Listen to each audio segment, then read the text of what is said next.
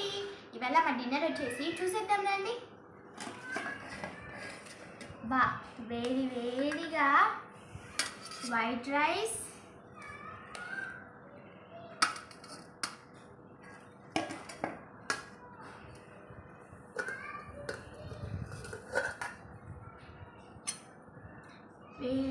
వేడి వేడిగా టమాటా పప్పు,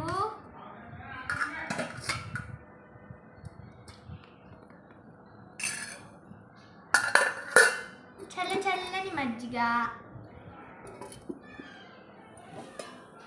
అలానే వేడి వేడిగా చపాతీ. మరి మీ డిన్నర్ ఏంటో కామెంట్లో చెప్పేసేయండి.